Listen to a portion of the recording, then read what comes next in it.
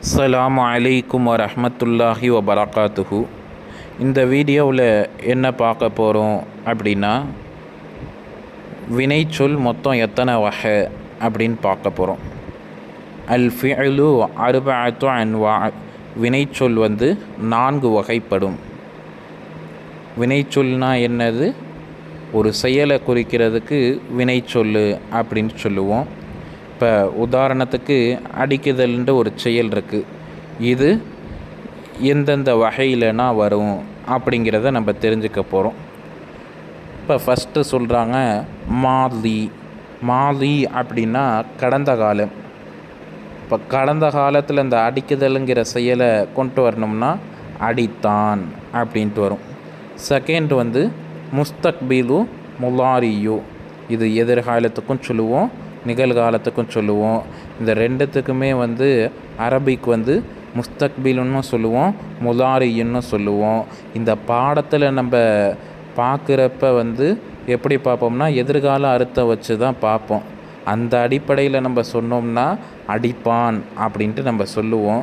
குர்ஆன் ஹதீஸில் தோதுவாக நிகழ்கால அர்த்தம் வைக்கணுமா எதிர்கால அர்த்தம் வைக்கணுமா அப்படிங்கிறத நம்ம பார்த்து வைப்போம். அதுக்கப்புறம் அல் அம்ரு.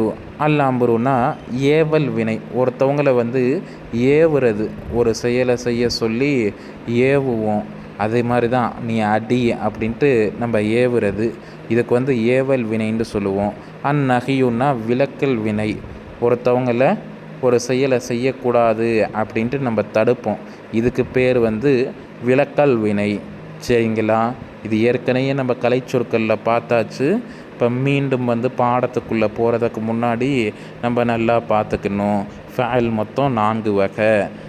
ஒன்று மாலி, இன்னொன்று முஸ்தக்பில் முதாரி, 3வது அம்ரு, 4வது நஹியு அப்படிங்கிறத நல்லா தெரிஞ்சு வச்சுக்கணும். இந்த வீடியோவை கண்டினியூவாக பார்க்குறவங்க தனியாக நோட்டு போட்டுட்டு நம்ம வீடியோவில் காமிக்கக்கூடிய இந்த ஃபோட்டோக்களை பார்த்து அதை நோட்டில் எழுதி வச்சுக்கோங்க. அது நீங்கள் பின்னாடி நோட்டை எடுத்து பார்க்குறப்ப இன்ஷா அல்லாஹ் உங்களுக்கு நல்லா புரியும். சரிங்களா? அதே மாதிரி வீடியோவை புதுசாக பார்க்குறவங்க இதுக்கு முன்னாடி வீடியோக்கள் போட்டிருக்கோம். அந்த வீடியோக்களை நீங்கள் பார்த்துட்டு இந்த வீடியோவை பார்த்தீங்கன்னா இன்னும் உங்களுக்கு நல்லா புரியும். வீடியோவில் பாட புரியலை அப்படிங்கிற உங்களுடைய கருத்தை பதிவு செய்யுங்க. புரிஞ்சிச்சு அப்படின்னா புரிஞ்சிச்சுங்கிற உங்களுடைய கருத்தை நீங்கள் பதிவு செய்யுங்க. உங்களுக்கு வேறு ஏதேனும் கருத்துக்கள் இருந்துச்சுன்னா அந்த கருத்துக்களையும் பதிவு செய்யுங்க. இன்ஷா அல்லாஹ் நான் பார்த்துட்டு உங்களுக்கு பதில் அனுப்புகிறேன். அஸ்ஸலாமு அலைக்கும் வரஹ்மத்துல்லாஹி வபரகாத்துஹு.